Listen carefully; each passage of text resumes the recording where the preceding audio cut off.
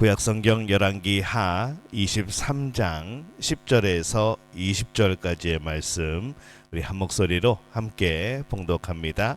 왕이 또 흰놈의 아들 골짜기에 도벳을 더럽게 하여 어떤 사람도 몰록에게 드리기 위하여 자기의 자녀를 불로 지나가지 못하게 하고 또 유다 여러 왕이 태양을 위하여 드린 말들을 제하여 버렸으니 이 말들은 여호와의 성전으로 들어가는 곳의 근처 넷이 나단멜렉의 집 곁에 있던 것이며 또 태양 수레를 불사르고 유다 여러 왕이 아스의 다락 지붕에 세운 제단들과 므낫세가 여호와의 성전 두 마당에 세운 제단들을 왕이 다 헐고 거기서 빻아내려서 그것들의 가루를 기드론 시내에 쏟아버리고 또 예루살렘 앞 멸망의 산 오른쪽에 새로운 산당들을 왕이 더럽게 하였으니 이는 옛적에 이스라엘 왕 솔로몬이 시돈 사람의 가증한 아스다롯과 모압 사람의 가증한 그모스와 암몬 자손의 가증한 밀곰을 위하여 세웠던 것이며 왕이 또 석상들을 깨뜨리며 아세라 목상들을 찢고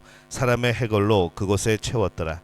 또한 이스라엘에게 범죄하게 한 느바세 아들 여로보암이 베델에 세운 제단과 산당을 왕이 헐고 또 그 산당을 불사르고 빻아서 가루를 만들며 또 아세라 목상을 불살랐더라.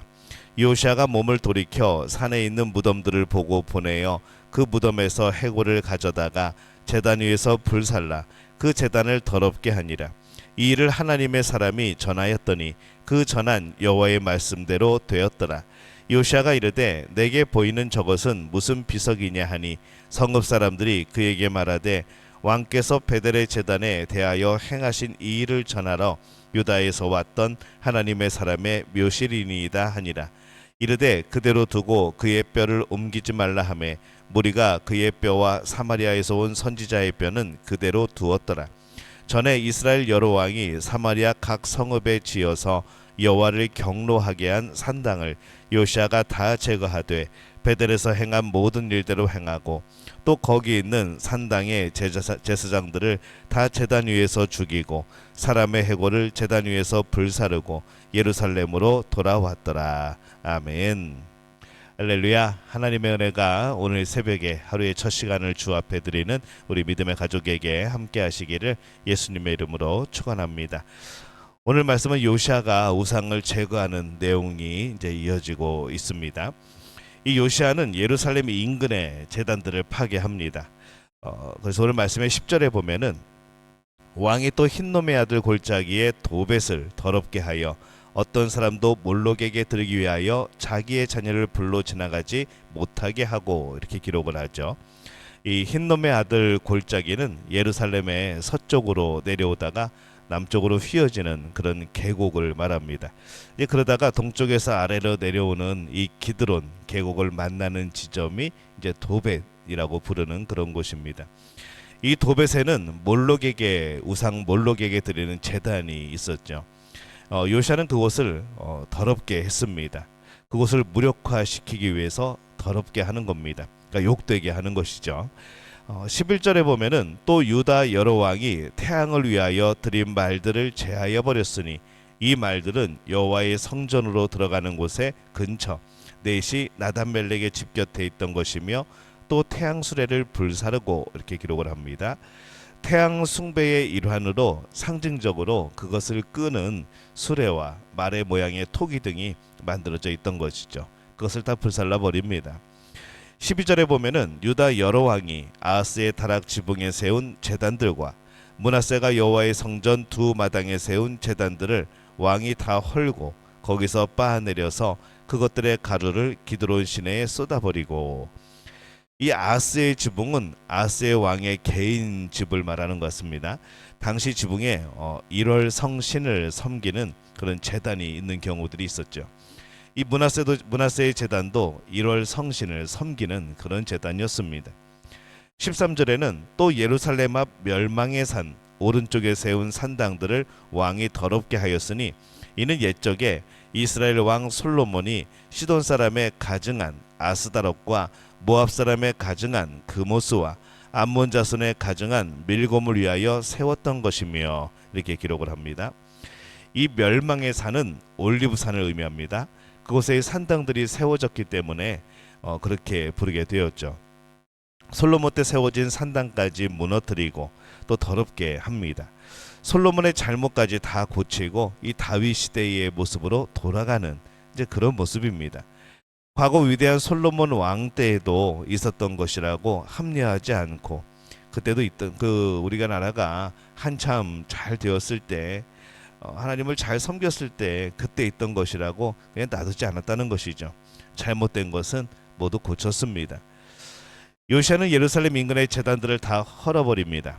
그리고 그것을 더럽게 합니다. 다시는 그곳에 우상을 숭배하는 제단을 만들거나 드리지 않도록 하기 위해서 그렇게 다윗 시대의 모습으로 돌이키기 위하여서 그렇게 그런 우상의 제단들을 더럽게 만든 것이죠. 요시아의 우상 제거는 더 앞으로 나아갑니다. 15절에 보면은 또한 이스라엘에게 범죄하게 한 느바세 아들 여로보암이 베델에 세운 제단과 산당을 왕이 헐고 그 산당을 불사르고 빻아서 가루를 만들며 또 아세라 목상을 불살랐더라, 이렇게 되어 있습니다. 여로보암이 세운 산당까지 허물어 버립니다. 당시 베델이나 이 사마리아 지역에 있는 산당을 요시아가 제거한 것을 보면은 이 지역이 유다의 영향 아래 있었다는 것을 보여주는 이제 그런 대목이죠. 이 당시 아수르는 이 제국 내에 정치적인 문제가 복잡했습니다. 또 애굽은 가나안에서 자신들의 경제적 이득을 중요하게 생각하였지 이 정치에는 또 관여하려고 하지 않았습니다. 그래서 유다의 요시아 왕은 북이스라엘 지역에서도 우상을 제거하는 일을 할 수 있는 그런 영향력이 있었던 것이죠. 이 참 얼마나 놀라운 하나님의 섭리인가 생각해 보게 됩니다. 16절에 보면은 요시아가 몸을 돌이켜 산에 있는 무덤들을 보고 보내어 그 무덤에서 해골을 가져다가 제단 위에서 불살라 그 제단을 더럽게 하니라. 이 일을 하나님의 사람이 전하였더니 그 전한 여호와의 말씀대로 되었더라, 이렇게 기록을 합니다. 죽은 시체의 재를 제단에 뿌려서 제단을 더럽힘으로써 다시는 그 제단을 사용할 수 없도록 만들어 버립니다. 이 일을 하나님의 사람이 전하였더니 그 전한 여호와의 말씀대로 되었더라. 약 300년 전에 여로보암이 베델의 산당을 만들고 또 제단을 만들었을 때에 이름 없는 선지자가 이것을 예언을 합니다. 요시아 왕의 이름까지 미리 예언을 한 것이죠. 이 사람들은 이제 300년이 지났으니까 이제 그 예언들을 잊어버렸을 겁니다. 그러나 하나님은 결코 잊지 않으시고 이 300년이 지나 베델에 있는 산당을 심판하십니다. 거기에 있는 산당들의 제사장들을 다 제단 위에서 죽입니다. 앞에서는 이방의 산당 제사장들을 폐하였습니다. 그리고 유다의 산당 제사장들은 더 이상 제사를 드릴 수 없도록 직무에서 제외시켰죠. 그런데 이 북이스라엘의 산당 제사장들은 모두 죽였습니다. 왜 이렇게 했을까라고 생각을 해보는 거죠. 이 북이스라엘의 산당 제사장들은 하나님을 믿는 제사장들이었습니다. 이방 우상을 섬기는 제사장이 아니고 바로 하나님을 믿는 제사장들이었죠. 여로보암이 만든 금송아지도 이 정치적인 계산 때문에 만든 것이고 또 여호와 하나님의 발등상이라고 선전까지 그들이 합니다. 그런데 왜 요시아는 이들을 죽였을까요? 아마 이 혼합주의 때문에 그런 것 같습니다. 북이스라엘의 산당은 아수르에서 새로 유입된 그런 여러 가지 또 우상들로 인하여서 또 사람들로 인하여서 더 혼합되어진 순수한 신앙의 모습이 아니라, 순수하게 하나님을 섬기는 모습이 아니라 아수르에서 새로 유입된 우상들과 여러 가지 풍속들과 문화와 다 섞여서 아마 이상하게 혼합되어진 전혀 진리와는 거리가 멀어진 그런 모습이 되었던 것 같습니다. 그래서 요시아는 과감하게 그들을 죽인 것이죠. 요시아의 우상 제거는 어쩔 수 없이 흉내내는 것이 아니라 진심에서 나오는 실제적인 우상 숭배의 제거였습니다. 그래서 상황에 맞고 확실하며 구체적으로 우상을 제거한 거죠. 오늘 요시아의 이 철저한 우상 제거의 모습을 봅니다. 돌아갈 다리를 끊는 심정으로 우상을 섬기던 이 제단들을 모욕하고 더럽힙니다. 또 제거합니다. 그렇다면 우리가 끊어야 될 다리가 과연 뭘까 생각을 해보는 것이죠.